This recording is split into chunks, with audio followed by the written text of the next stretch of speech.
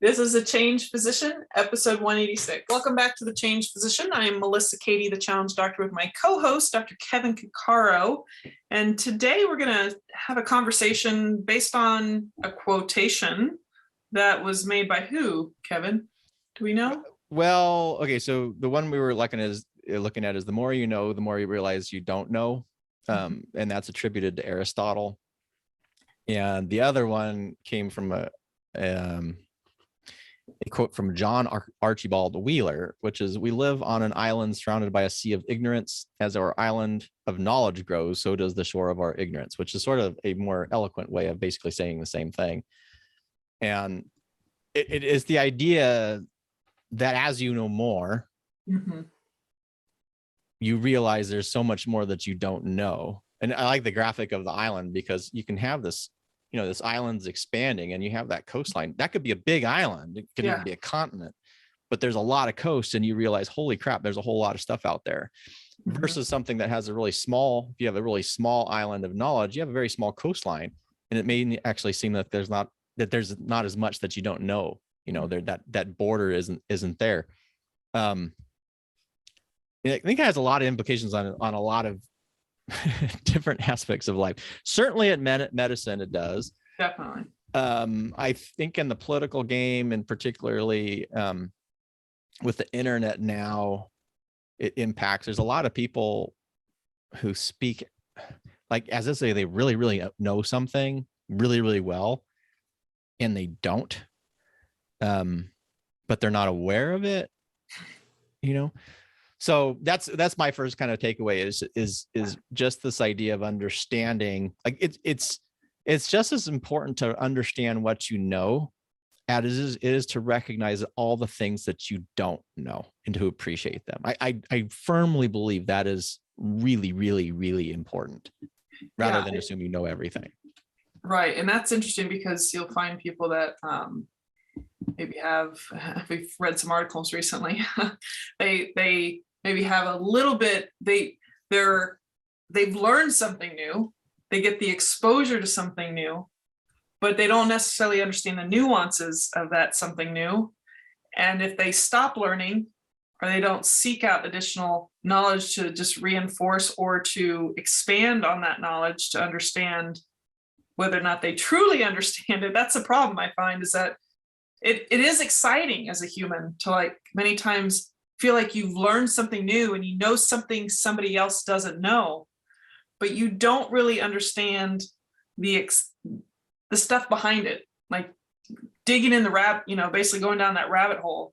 You don't, until you start going into those rabbit holes and realizing every time you come across something new that might get you enough excitement that you just stop because you feel like you got some amazing knowledge. If you just keep stopping there, you don't recognize the limitations of your knowledge. So I think that that's one thing as physicians, there is a depth and an experience, and not that we ever know everything. That's the reason we have research out there, is to try to see how much our understanding, how accurate it is. But I think in our physician training, we dive deep into things, maybe get to expose ourselves to a lot of the anomalies of things that people wouldn't even know about because they just read a textbook or whatever. But the more you have to dig deep, and especially when you're responsible for that human being, it forces you to kind of stress out and worry about that patient. Like, it makes you dig deeper and realize what you don't know, and things happen to you that you didn't expect. Or you learn from those around you that you recognize, holy cow, I don't want that to happen to me. But that exposure and that length of time and that training allows you to have all the nuances and understandings, at least beyond what the people just peripherally that are getting that initial knowledge, you understand at a depth that's hard to convey to them until they go through what you've gone through or seen what you've seen or dug deeper. So that's kind of my takeaway initially, is that I think that's where people can be sometimes just content with that initial exposure and not really dig deeper to understand that they're ignorant of other things. Yeah, I don't know if I guess it could be content. You could say lazy. Or lazy. You could say unaware that there's more. Or they don't think that there's a need to go There's beyond. or a lack of curiosity. Yeah. That's probably one of the big ones. And I kind of, and from a physician standpoint, like I always look at our own life examples, right? So Yeah. I worked in brain rehab before I went to medical school. And looking back now, I was learning a bunch of stuff and I thought I knew things, but I was not a therapist. I was basically a tech. And I just assumed that I knew this stuff. And then looking back, you're like, oh my God, I can't believe how ignorant I was. And some of the things I said was just stupid. And then the other place it really comes in is, we're inundated with information in medical school, but it really hit home for me was in residency. And so I don't know what your personal experience is with anesthesia, but the first 6 months of anesthesia was without a doubt some of the most stressful times of my life. It was, Oh, yeah. And I was very lucky in the program I went, our program director, Dr. Klafta, you're awesome, he actually told us, he said, this is going to be really hard. And if almost everybody wants to quit at some point. And if you are thinking about it, just try to make it through the first 6 months. I mean, they literally gave us the first 6 months. Yeah. And it was so stressful and so hard. And then you finish it and then you get in this false confidence mode. Yes. So you finished, like, I felt like I finished my first 6 months, 8 months anesthesia. And I was like, oh, this stuff's easy. I'm not, this isn't such a big deal. And then, you start sitting second year, and then all of a sudden things go, you're like, oh my God, there is so much I don't know. And I distinctly remember being as the senior anesthesia resident, and you're running your team on call. And so you have your juniors and it was terrifying in a lot of shape of way, because you knew of all the things that could potentially go wrong. And if I had a junior that didn't appreciate that, that made me even more, anybody who kind of blew it off thought it was easy. And I bring this up, because if you look in healthcare at all the different training modalities and people who are out there, quote unquote, delivering healthcare, there is a large segment that have not had these experiences that are acting, or at least have the knowledge of what I would call a first year resident is. There's this false confidence that comes with it and sometimes I don't think there's any intellectual curiosity. And it is absolutely freaking terrifying to me, because the long and short of it is the human body is remarkably resilient, except for when there's something really bad going on. Yeah. And you can miss a lot of things that aren't really bad, and people could do well and have this false confidence associated with it, but then not being able to have that awareness to say, this is something wrong here. This isn't the same. That's this sort of this pattern, being able to differentiate from the pattern, those little nuances that you kind of talked about in the beginning. That has such a huge impact on healthcare. And unfortunately, I just don't see, I'm kind of dive in a little bit here, but there's a lot of ignorance in healthcare that's going unrecognized and not even appreciated. And if people even bring it up, people are getting slammed. There's a reason that there's 4 years of medical school. There's a reason that we have residency. And the fact of the matter is all that time and experience, and you still finish your residency, but at least people who finish from residency have a larger, I think, appreciation of all the things that they don't know as compared to people who don't have that training. And I've seen it over and over and over again, over and over and over again. Yeah. Well, I mean, I think, we've talked about, granted, there are very experienced, like mid-levels that have been doing it for a long time and work side by side with physicians for a long time, that have been in the industry for 20 or 30 years and have gained an appreciation probably of where their ignorance is. But people that are either not competent, or they're early in their career, or changing their, areas of medicine that they're working in, all of those things, it can be quite frightening to see what's going on out there. And even within one field, when there's a big discrepancy of those mid-levels most of the time versus like a physician. And so there's that issue. And that mid-level that's not as experienced may not understand their shortcomings or lack of knowledge. But what's interesting is even from one specialty to the next, from physician to physician, there is an ignorance of that other field if you didn't dive deep in that in your training. So I'm speaking even of the minimization sometimes of, all the concerns we have in anesthesia, and how surgeons many times can minimize the concerns, because most of the time things go well, most of the time, and the human body wants to survive. You'd have to do something pretty atrocious and pretty negligent in many circumstances, not all, I mean, weird things happen, but I just think of just and that's disturbing, because the lack of appreciation, and this is not to create a turf war. I'm always the first to support and elevate really great nurse anesthetists or very experienced, maybe been in the military, have done all these different things, and they're on it. They're constantly curious. They're very attentive. They're very detail oriented. They may take a different route, but they have a lot of experience on the clinical end after all their training, in addition to their curiosity. Those are the types of nurse anesthetists I will let take care of me, and I have. But when a physician who has a hard time understanding the nuances of what we do as anesthesiologists and what we bring into the equation may minimize that, or an institution, and they want to bring in cheaper labor, which just gets even more complicated, because there are some laws that went into effect, I think probably during the Trump administration, where they pay the institution or whoever's billing almost equivalent amount of money, but they profit and reap the benefits because they pay less to the nurse anesthetist most of the time. Becomes very much a money thing. The quality of care, even though there's a lot of people that are saying, CRNAs are all, we know it's not all. There's a select group that I would put in the same category.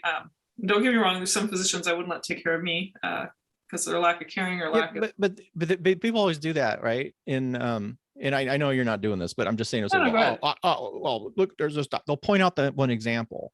Yeah. Right. And it's a false equivalency. It's sort of because I always kind of looked at it as there's a bell curve, and every profession and vocation has a bell curve from the incompetent up to the awesome, right? And that bell curve sits. Realistically though, when you look at the training, the bell curve are like this. So there are definitely physicians who are performing less than the top. Oh yeah. But it's the minority, right? It's not the majority. It's not the majority. Yeah. And having seen some of these training, I was as a military doc at a training institution. When you see people coming in for a program that start with your CA1s, and before the CA, that class graduates to become and be able to take their boards, they're now full whatever, nurse anesthetists. You can see the discrepancy. I mean, it's right in your face. And I'm not, I mean, there's some really good people and there's not, and there's the care teams or whatever, but people need to be at least cognizant that there's a different level of intensity in education, and rather than minimize it or feel threatened by it. That's the other part, is that people get, I'm more talking about majority mid-levels, that people get so mad and upset when you even start bringing this stuff up. Yeah. And I mean, there is a difference in the people, the studies, but the studies actually have never been done on fully independent people. And it's just absurd to me. I don't understand in medicine why we do it. I understand from the health system, because you brought it up. It's a money game. It's a totally money game. And if these bean counters can figure out that they can pay someone less and get the same amount of money for it, then they're going to do it. Mm-hmm. Until they want their own care, obviously, which is always sort of the other thing that just blows my mind. If you're advocating for anything in a system, if you are in a position of power, this is my thing about, if you're in a position of power, then you should be the first one in line to the lowest common denominator of that system, not the highest end. It's the same thing. If you look at it, I'm going a little off topic. You look at it like Medicaid and people's arguments about that. I'm I think Congress their health insurance should be based on the state with the lowest quality Medicaid program. That should be what their baseline is, because that's what, if you're in power, then you should be competent and comfortable with what the lowest is for everybody else. um, yeah, it's more than a little concerning. And I think the more people have experience, the more people appreciate that. And the other thing I've noticed is the people who know more tend to ask more questions. Mhm. The people who don't tend to not, and they hide. And when we're doing this thing, well, people are going to learn in the clinic. In most fields, I think the learning, like once you residency, if you do fellowship or whatever, that's steep because you can't hide. Yeah. Because everybody's observing you, everybody is giving you feedback, unless your program sucks. Yeah. But once you go into practice, then the silos develop. Yeah. And that's where, I mean, unless you have a shared panel, like that's one of my I absolutely am so appreciative of the military for, and I didn't like it at the time, was the fact that when we were in clinic, we had a shared practice. Maybe I would see somebody else may do a procedure, somebody else may see him and follow up. It was total discontinuity of care, but you couldn't hide your outcomes. Right. And so you saw a lot more. And I remember thinking, after I had some hindsight on that, is so many people go into a practice, they get a panel. Nobody ever sees those patients again, really, unless they're cross covering on call. Yeah. And or someone retires. And then you start seeing things like, holy crap, what was this person doing? Yeah. So I just sort of emphasizes this idea that foundational training, growing that island of knowledge so that you can see that coastline of ignorance is so crucial in training and in appreciating that training, because when you get out, it takes a lot more effort to develop that island, whoever you are. I mean, whatever your level is. And if you're starting here and you're not developing that knowledge, it's not going to get better. You're talking about people who have a couple decades of experience, have appreciated or asking question, and they're continuing to grow. Mm-hmm. And that's very, very different from the people who aren't growing. Right. So the message is stay curious, my friends.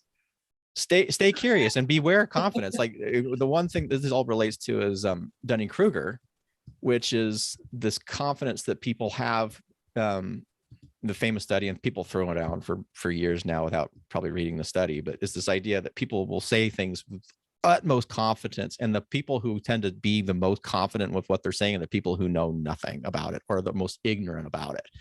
And that Dunning-Kruger curve, it was a little disturbing because I remember reading about that. I'm like, oh, I feel really confident about that. Do I actually know what I'm talking about, or am I, falling victim to this? And that's a good awareness to have, though, right? Because then it makes you actually, confirm you. And people may have heard over many episodes, I'm always like, well, what's the data say? Oh, I'm not being, I think this is, but this is something that I want to look into. And that comes from that awareness of false confidence. And yeah, I don't know. It's such a huge big deal. And there's so many more topics that we can talk to discuss on this, because it's kind of universal to the human brain and to all these different areas. Like, well, yeah, and the more you know, the more you don't know also kind of applies to, unfortunately, I like it when they use the framework of the wording evidence-informed and versus evidence-based. And I only say that because I think we have to kind of combine some clinical knowledge with the data and kind of inform it and tailor it to that patient. But then there's times where you wonder, there's been, not good either fabricated data or research or findings that may not be reliable. And then the more you realize, God, what to believe. I mean, that goes for everything nowadays right now, but like information itself, is the information reliable? Is it data that is appropriate to the patient you're taking care of? Is it appropriate for the situation? Is it been fabricated? I mean, there is this sense of like a little bit of uncertainty. I think the more you've become curious and look for things, you realize how hard it is sometimes to kind of assimilate that and whether to trust certain sources. Well, and that comes to, I would argue that does come with that sense of curiosity and humility, and also recognizing data. And so my evidence informed or evidence based or whatever, my thing is however you practice should be based on evidence. Like if you go off the rails or you're going somewhere different because there's an outlier, it should be because it's a logical consequence of what the overall overwhelming data says. Versus what this tends to happen, I think, when people get too confident by anecdote, is there's a lot of people who say, well, I know what the evidence states, but I don't practice that way because my patients are different, or I'm different than the data. And I'm like, if that's true, then you better study that, because you're falling into that valley of false confidence heavily, because now you're discounting evidence that counters how you practice. And you're not discounting it with evidence, you're discounting by that, well, that can't be true because I feel it's wrong. And that's I think that's a very dangerous place to be. And you see it quite often. I mean, there is this tension when it comes to evidence, and yeah, well, the evidence isn't perfect in any way, shape, or form. We know that there's some limitations there, but it's better than gut feelings. And it's certainly better than anecdote, simply because your brain is trained to see the successes, and you're less inclined to see the bad results, particularly if you're already kind of falling into this Dunning-Kruger stuff to begin with. Another military. We had a military doc who left before I got there, who everybody he touched was cured and healed, and he was implanting everyone with stims, and they always did good. And I'm like, I remember him telling me this, and I was seeing his patients because he was gone, and I'm like, this is a success for you? Holy crap! Like, this is, I mean, it's just crazy. And I know it says that, but this is what I did. Well, there's a reason all that data is there. Is because they went through 50,000 people, 50,000 patients, and they accumulate that data. Actually, it's pain. So if we got 1,000 patients, we were lucky. And so really, really, really being a little bit more curious and attentive, and just recognizing that that's the point of what data is supposed to, at least I trust data more than I trust people in most situations, because I know how flawed human judgment and perceptions are, and how much worse it is in those people who don't appreciate how flawed their own perceptions and judgments are. Those are the ones that scare me. Yeah. And you gotta be kind of like preempt, or kind of prepare your mind to maybe see results that counter your beliefs. That's something. And it's not to say, when you become more aware of just how knowledge and perception works. So again, when you become so appreciative of the fact that there's so much that we don't know, and the uncertainties, and it becomes really making sure if what you're confident because it's true rather than just gut. And also that allows you then, when these little biases and perceptions occur, which they will, because you're human and you can't get rid of them unless you replace your brain and became a robot. It allows you at least to address them when they do occur, rather than say, oh, well, I know that pharmaceutical reps, when they gave you lunches, they say that influences how you prescribe, but that doesn't happen. I know it doesn't happen, because it doesn't affect me more. That's the person I get scared about when they say that, because I'm like, oh boy, you are not appreciating this stuff. You are going by gut. It's funny, my fellow pain fellowship director, his name is Dr. Somayaji Rama Murphy, but we called him Dr. Rama for short, but he refused to go to if he did go to some kind of educational thing, he refused to eat any of their food. He would not partake in any of the givings of any of the pharmaceutical companies or device companies. He just went to basically see what they're saying. Mm-hmm. And he had this ability to understand the unspoken of we still did procedures and stuff, but he still talked about the way that you ask questions, or I mean, he could be kind of stern, and he even told me at times they like you, they like to talk to you, go in there. Like he just knew, like, there were some things that you couldn't really explain with the science per se, or not like a technical skill or something. It was like there was just the perceived notion of the experience, how it impacts patients, and how, if they're going to feel better or not. And the power of the psychology of things. So I thought that was I kind of got a little bit of that in my fellowship. We even had a PT who did chiropractic osteopathic stuff, and he would send a whole bunch of people away from injections and just have them go talk to him. That's another conversation, but he actually tried to do a little bit lower risk things and then let the fellows do the talking, some of them. But yeah, I think there's I forgot where I was going with all that, but it was just more of this sense that the influence that we can have on one another, especially if there's monetary gain and all of that. And the power of awareness, being aware of your limitations, as well as the more you know and the more that you don't know, right? So then you actually appreciate when that data comes out with something that says, oh yeah, actually them giving us free lunches does influence physician behavior. Yeah. It's yeah. That was in 2008. He was behaving like that with us, and I know he was doing it for years afterward or before too. But well, and I guess the overall kind of theme about this is just is to just recognize that education, there's a reason that there's education. And the more educated you are, the more you tend to realize what you don't know. And in some situations, we tend to be less confident in our decision making because of that. And that's not a bad thing. Like if you're like, I'm not sure here, that's telling you that you're at least questioning these things.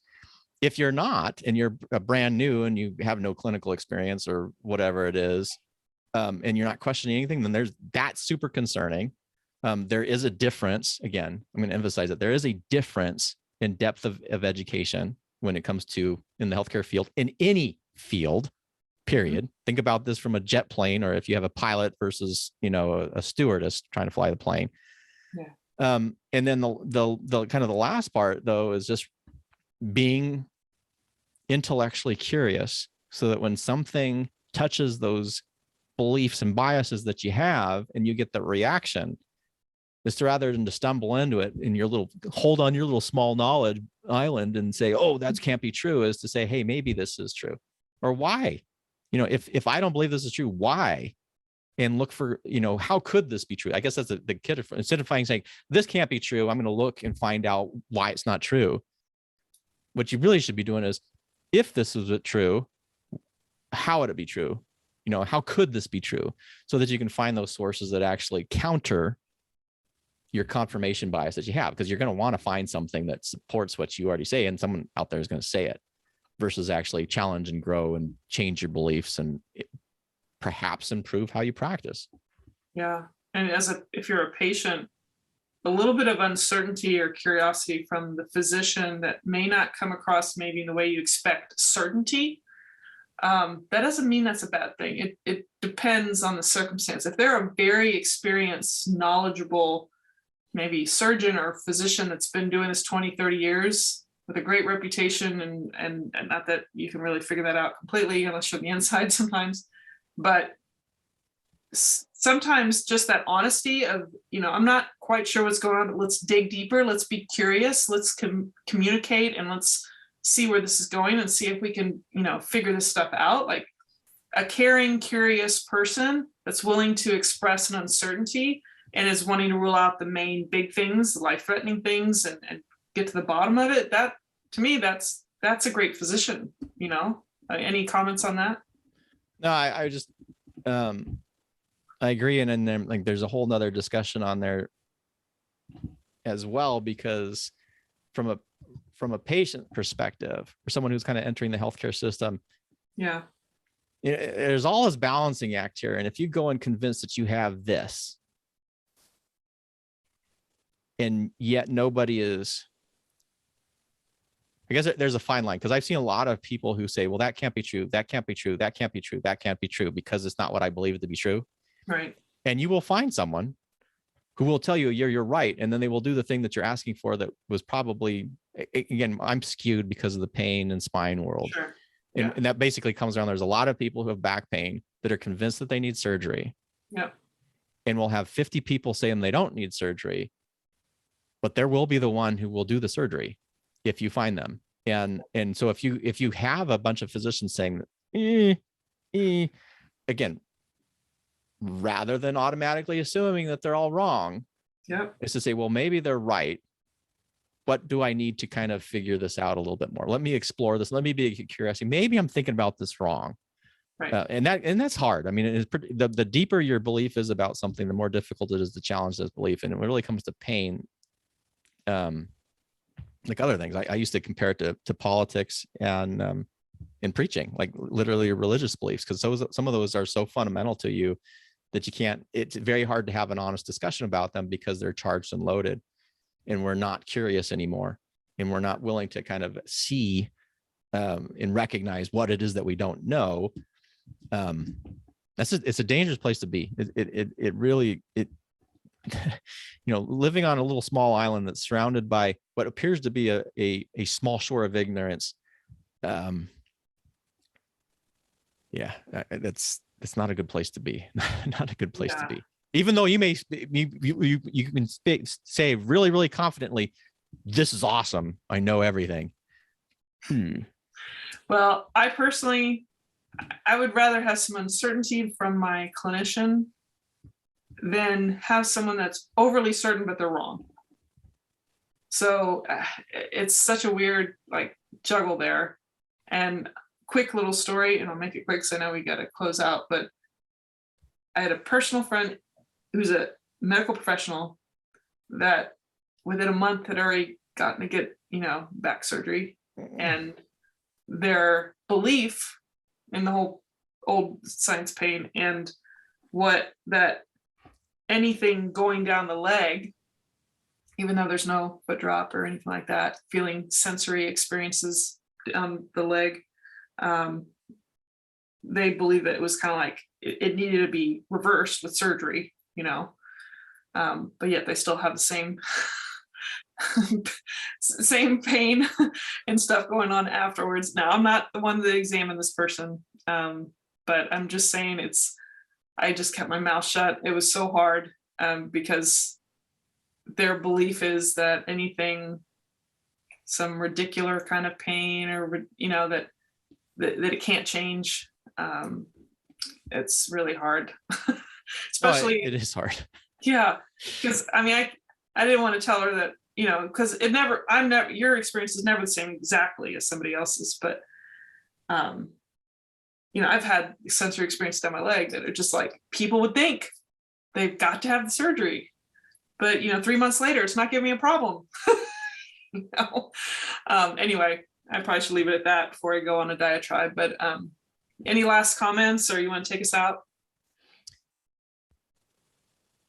I guess I'll take, I was thinking about because that is probably one of the most challenging things, is when something is bad is going to occur, and to be put in the position.